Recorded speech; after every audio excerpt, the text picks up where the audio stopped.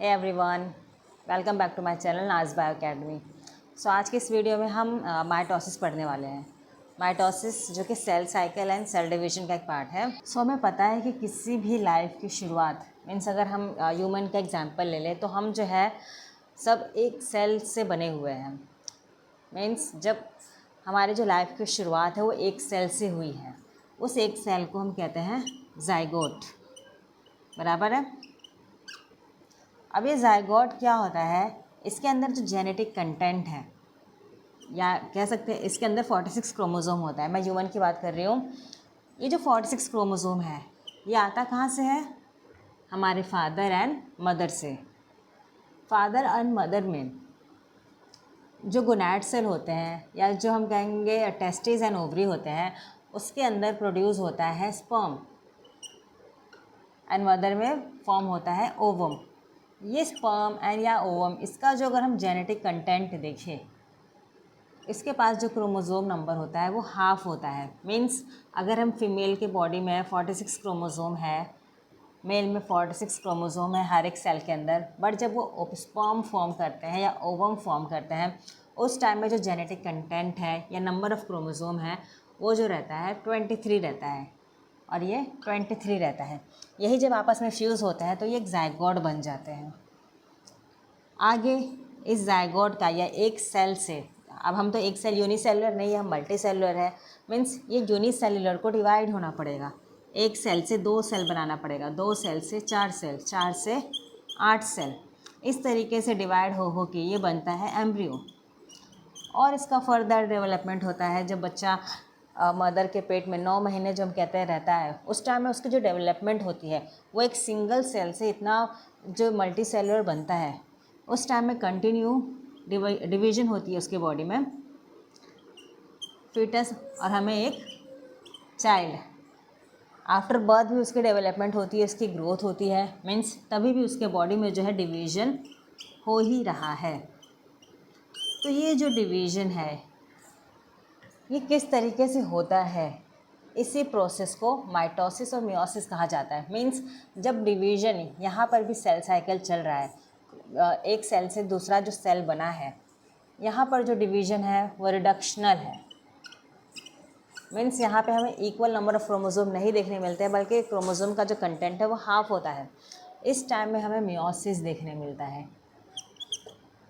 But zygote एक cell form होने के बाद फर्दर सेल, ये सेल डिवाइड होकर जो दूसरा सेल बनाएगा उसके अंदर भी जेनेटिक कंटेंट जो है फर्दर आगे डेवलपमेंट में सेम रहने वाली है। ठीक है, तो ये इस तरीके का जो डिवीज़न है, मीन्स जहाँ पे जेनेटिक कंटेंट सेम रहता है, जितना नंबर ऑफ़ क्रोमोसोम जाइगोट में है, इससे जो नया सेल बना है उसके अंदर भी सेम नंबर ऑफ़ क्रोमोसोम है। इस तरीके के डिवीज़न को हम कहते हैं इक्वेशनल डिवीज़न। जहाँ पे जो डिवीज़न है नंबर ऑफ़ क्रोमोसोम वो सेम रहेगा, इसे ही कहा जाता है माइटोसिस। माइटोसिस ये इक्वेशनल डिवीज़न है। मीन्स इसमें जो नंबर ऑफ़ क्रोमोसोम है वो सेम रहने वाला है,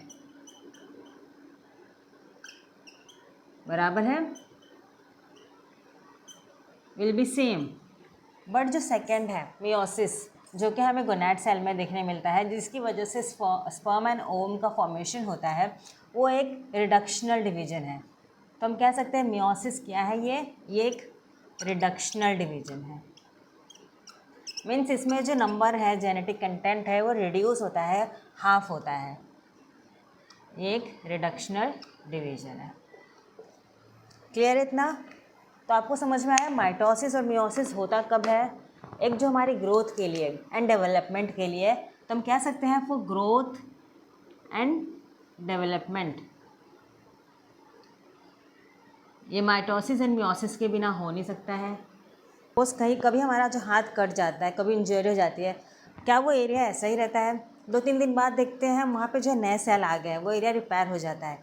इट मीन्स जो वहाँ के सेल थे उसने क्या किया है, अपना रैपिड डिवीजन शुरू कर दिया है। उसने माइटोसिस कर करके जो एरिया हमारा इंजर हुआ था उसकी रिपेयरिंग कर दी हुई है। तो उस टाइम में भी माइटोसिस जो बाकी आजू बाजू के वहाँ के जो सेल होते हैं वो माइटोसिस करके रिपेयर करने का काम करते हैं। तो रिपेयर करने में भी मीन्स क्या हो रहा है, वहाँ पे भी डिवीजन हो रहा है, डिवीजन होके उस एरिया का रिपेयर हो रहा है, तो वहाँ पे भी माइटोसिस जो है वो हेल्प करता है। सेल अपना दूसरा सेल कैसे बनाता है, उस बेसिस पे देखिए तो हम एक साइकिल को कई पार्ट में डिवाइड कर सकते हैं। फर्स्ट है G1 फेस, इसे gap ji stands for gap, इसे गैप फेस भी कह सकते हैं। सेकंड है S फेस, S फेस मतलब सिंथेटिक फेस, इस फेस में होता है डीएनए का डिवीजन, या हम कह सकते हैं डीएनए का रेप्लिकेशन। अब कभी भी एक सेल जो है वो दूसरा सेल अपने जैसा अगर कॉपी बना रहा है, कॉपी मीन्स सारी जो ब्रेन ऑफ सेल हम कहेंगे वो कौन है, वो तो न्यूक्लियस है। न्यूक्लियस के अंदर क्या है, डीएनए है, क्रोमोसोम है। एक सेल से दूसरा सेल बनाना मीन्स उसके अंदर का पहले जेनेटिक कंटेंट भी डिवाइड होना चाहिए। अब ये जो जेनेटिक कंटेंट है ये डिवाइड होने के लिए इससे पहले अपने जैसा कॉपी बनाना पड़ेगा, मीन्स रेप्लिकेशन करना पड़ेगा। इसलिए सेल डिवाइड होने से पहले अपना रेप्लिकेशन जो है वो एस फेस में कर लेता है। ठीक है। दूसरा है G2 फेस,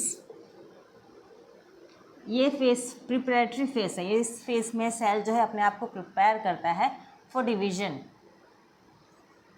उसके बाद आ जाता है M फेस। M फेस को भी कई पार्ट में डिवाइड किया गया है। अगर हम देखें तो फेस के नाम है प्रोफेस, मेटाफेस, एनाफेस,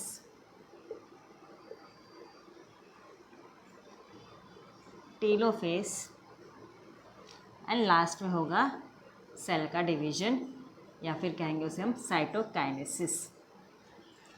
ये सारे जो पार्ट है साइटोकाइनेसिस, ये सब आता है एम फेस में या माइटोसिस फेस। एम माइटोसिस भी हो सकता है, मियोसिस भी हो सकता है। फिलहाल हम माइटोसिस की बात कर रहे हैं, तो एम यहाँ पर है माइटोसिस फेस। क्लियर है। पहले हम माइटोसिस पढ़ेंगे, उसके बाद मियोसिस पे आएंगे। इतना क्लियर है सबको। तो ये G1 फेस क्या है, यहाँ पे जो सेल है वो अपने आप को डिवाइड करता है, प्रिपेयर करता है ताकि वो डीएनए का रेप्लिकेशन कर सके। यहाँ पे बहुत सारे प्रोटीन की सिंथेसिस होती है इस फेस में। मीन्स ये एक टाइम पीरियड है। जो अगर हम G फेस का टाइम पीरियड देखें तो ये कुछ अप्रॉक्स 10 आवर का, हम यूकैरियोट की बात कर रहे हैं, अप्रॉक्स 10 आवर का ये प्रोफेस होता है। S फेस ये अप्रॉक्स 8 आवर का हमें एस फेस देखने मिलता है एक सेल साइकिल में। पूरा जो सेल साइकिल है, अगर हम 24 आवर्स की बात करें तो एक सेल को डिवाइड होने के लिए 24 आवर्स लगते हैं। उस टाइम में कितना टाइम पीरियड फेस को दिया हुआ है। G2 फेस को 4 आवर्स लगता है अप्रॉक्स, और जो M फेस है इसे 1 to 2 आवर्स लगेगा ये फेस को तैयार करने के लिए। तो इस फेस में सेल अपने आप को तैयार करता है, बहुत सी प्रोटीन बनाता है ताकि वो डीएनए का रेप्लिकेशन कर सके। ठीक है। अब क्योंकि हमें पता है डीएनए का रेप्लिकेट होना, उसके लिए बहुत से एंजाइम की ज़रूरत है, बहुत से प्रोटीन चाहिए, तो वो सब बनाना पहले पड़ेगा। तो इस फेस में वो अपने आप को प्रिपेयर करता है। फिर एस फेस में डीएनए का रेप्लिकेशन होता है। G2 फेस में अगेन सेल प्रिपेयर करता है ताकि वो माइटोसिस कर सके। और ये माइटोसिस के फेसेस है जो भी हम इन डिटेल पढ़ेंगे, prophase, metaphase, anaphase, telophase and cytokinesis. जो है डीएनए रेप्लिकेशन पे बनाई हूँ, वो आप मेरे चैनल नाज बायो अकेडमी पे देख सकते हो इन डिटेल के डीएनए का रेप्लिकेशन होता कैसे है।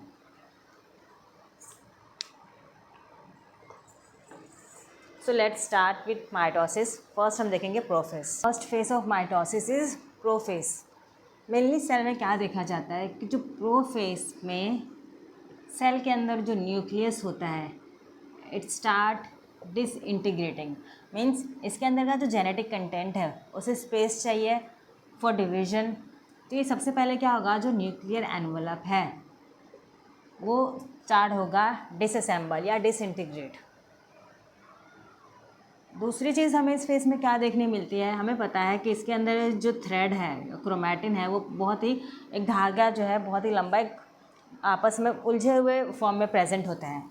वो जो है कंडेंस होना शुरू होता है। इस फेस में हम देखेंगे यहाँ पर ये जो धागा है पूरा डीएनए का, ये कंडेंस होना जो है वो शुरू होता है। ठीक है। सो अगर हम देखें इस फेस में क्या होगा, chromosome material are untangle and condense.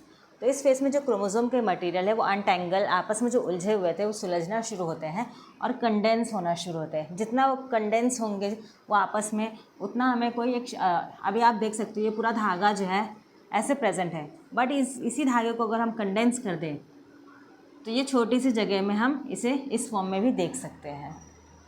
Clear है। दूसरा क्या है खास बात इस फेस की, centrosome begin to move toward opposite. तो सेंट्रोसोम जो कि साइटोप्लाज्म में होता है, ये जो है अपोजिट पोल की तरफ मूव होना शुरू होता है। अब ये क्यों होता है वो हम मेटाफेस में देखेंगे। इस फेस में Golgi complex, ER, endoplasmic reticulum, nucleolus and nuclear envelope, ये सब जो है डिसइंटीग्रेट होना शुरू होते हैं। इस फेस में हमें ये सब दिखाई नहीं देगा। यहाँ जो मैंने की पॉइंट है वो लिखी हूँ बिकॉज ये सब चीज़ें एमसीक्यू में बार बार पूछी जाती है कि किस फेस की क्या प्रॉपर्टी है, क्या खास बात है, वो आपको याद रखना है। ठीक है, अब हम मेटाफेस पे आते हैं। मेटाफेस में क्या होता है, न्यूक्लियर एनवलप कम्प्लीटली डिसइंटीग्रेट। ये जो न्यूक्लियर एनवलप है इस फेस में हमें कम्प्लीटली दिखाई नहीं देगा। मीन्स अब ये स्पेस जो है पूरा क्रोमोसोम यूज़ करेगा for their division. Chromosome come to lie at the equator. So ये जो सारे क्रोमोसोम हैं ये इक्वेटर में लाई करना शुरू होते हैं। मैं क्रोमोसोम बनाती हूँ, इसका मतलब क्या होता है, इसके अंदर का जो जेनेटिक कंटेंट है उसने अपना डिवीज़न कर लिया है, बट वो सेंट्रोमियर से अटैच रहते हैं। इसके अंदर ये क्रोमोसोम जो है इसके अंदर जेनेटिक कंटेंट डबल है, या कह सकते हैं डीएनए जो है ये डबल है। ठीक है, डीएनए डबल है, बट हम काउंटिंग किसकी करते हैं, सेंट्रोमियर की। तो अगर इस फेस में हम देखेंगे 46 से 92, हमारा जो डीएनए है वो 92 हो चुका है डबल होके, बट जब हम क्रोमोसोम को काउंट करेंगे तो हम क्रोमोसोम को 46 क्रोमोसोम ही काउंट करते हैं, बिकॉज हम क्रोमोसोम में इस सेंट्रोमियर को काउंट करते हैं। क्लियर है। तो जो सारे क्रोमोसोम हैं वो अपने आप को अलाइन कर लेते हैं, एक इक्वेटर में ले आते हैं। यहाँ पे जो सेंट्रोसोम अपोजिट पोल में था, यहाँ से एक रेडिएट होता है थ्रेड, या इसे कहते हैं माइक्रोट्यूब्यूल। ये एक तरह का साइटोस्केलेटन है, एक धागा कह लीजिए आप इजी लफ्ज़ों में।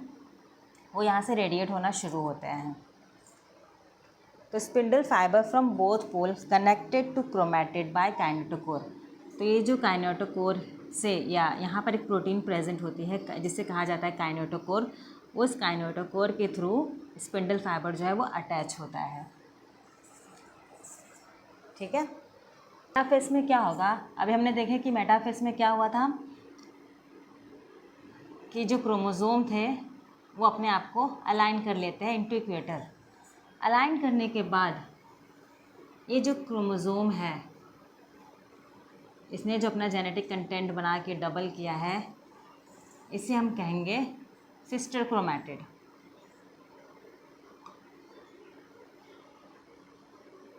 ठीक है, इसके जो सिस्टर क्रोमैटिड है वो क्या है, एक माइक्रोट्यूब्यूल से जुड़े हुए हैं स्पिंडल फाइबर से। ये जो स्पिंडल फाइबर है ये दोनों आपस में अपोजिट पोल में इसे खींचते हैं। इसके खींचने से क्या होगा, ये जो क्रोमैटिड है सिस्टर क्रोमैटिड वो सेपरेट हो जाते हैं यहाँ से। एक इस पोल पे चला जाएगा और दूसरा यहाँ पर आ जाएगा। सेम यहाँ पर ये जो क्रोमैटिड है जो काइनेटोकोर से जुड़ा हुआ था वो अपोजिट पोल की तरफ मूव होना शुरू होते हैं। ठीक है, मीन्स जो जेनेटिक कंटेंट था डीएनए था वो डबल होके सेंट्रोमियर से अटैच था, अब उसने अपना कॉपी जो बनाया हुआ था वो सेपरेट कर लिया है। यह हमें कब देखने मिलेगा, एनाफेस में। Means centromere of each chromosome divide longitudinally as the spindle fibre contract. यहाँ पे जो स्पिंडल फाइबर है वो कॉन्ट्रैक्ट होते हैं, अपने आप अपोजिट पोल की तरफ खींचते हैं, उसकी वजह से सेंट्रोमियर से यहाँ पे हमें डिवीजन देखने मिलता है। The chromatid move to opposite pole. उसके बाद आता है टीलोफेज। ये जो टीलोफेज है ये कंप्लीट से अपोजिट है प्रोफेज का। हमने प्रोफेज में क्या देखे थे कि जो क्रोमोसोम है वो कंडेंस होना शुरू होते हैं, यहाँ पर उसका उल्टा होगा। यहाँ पे क्रोमोसोम क्लस्टर अनकॉइल, अब वो जो क्लस्टर के फॉर्म में अब प्रेजेंट था अब वो अपना अनकॉइल होना शुरू हो जाएगा। दूसरा यहाँ पे न्यूक्लियोलस, गोल्जी, ईआर ये सब रीअपियर हो जाएंगे, जो कि प्रोफेज में डिसअपियर होना शुरू हुआ था। यहाँ पे स्पिंडल फाइबर डिसअपियर हो जाएगा, न्यूक्लियर मेम्ब्रेन रीअपियर हो जाएगा। ठीक है, तो ये कह सकते हैं ये क्या है, पूरा टोटल अपोजिट है प्रोफेज का। बट ये हमें दोनों साइड दिखाई देगा, यहाँ पर भी यहाँ पर भी। तो ये जो डायग्राम है मीन्स ये सारे कंटेंट, ये जो डीएनए है ये और यहाँ पर जो क्रोमोसोम है वो अनकॉइल होना शुरू हुए हैं, सेम यहाँ पर भी अनकॉइल होना शुरू होंगे। यहाँ पर न्यूक्लियर मेम्ब्रेन रीअपेयर हो जाएगा, इसके पास भी न्यूक्लियर मेम्ब्रेन रीअपेयर हो जाएगा। अब बाकी है इस सेल के डिवीज़न की, ताकि हमें इस सेल से 2 सेल मिल सके। यहाँ पे एक सेल से हमें 2 सेल मिल सके। इसके लिए यूकैरियोट के केस में क्या होता है, एक तरह से यहाँ पे डीप फर्रो क्रिएट होता है। ये जो है कुछ इस तरह से इनसाइड आते जाते हैं और लास्ट में ये दोनों आपस में अलग हो जाते हैं। ये यूकैरियोट के केस में होता है। बट प्लांट के केस में ये जो सेल को डिवाइड करने का काम ये दूसरे तरीके से होता है। वहाँ पर गोल्जी कॉम्प्लेक्स जो है प्लेट बनाता है वेसिकल्स का, जो कि गोल्जी कॉम्प्लेक्स से फॉर्म होता है, और वो प्लेट क्या करता है, इस दोनों सेल को डिवाइड करने का काम करता है। और नेक्स्ट वीडियो में हम मियोसिस पढ़ेंगे। सो इसी तरह के वीडियोस आप मेरे साथ अगर पढ़ना चाहते हैं तो मेरे चैनल को सब्सक्राइब कीजिए।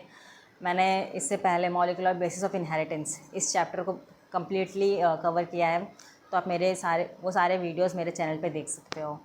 ठीक है, थैंक यू।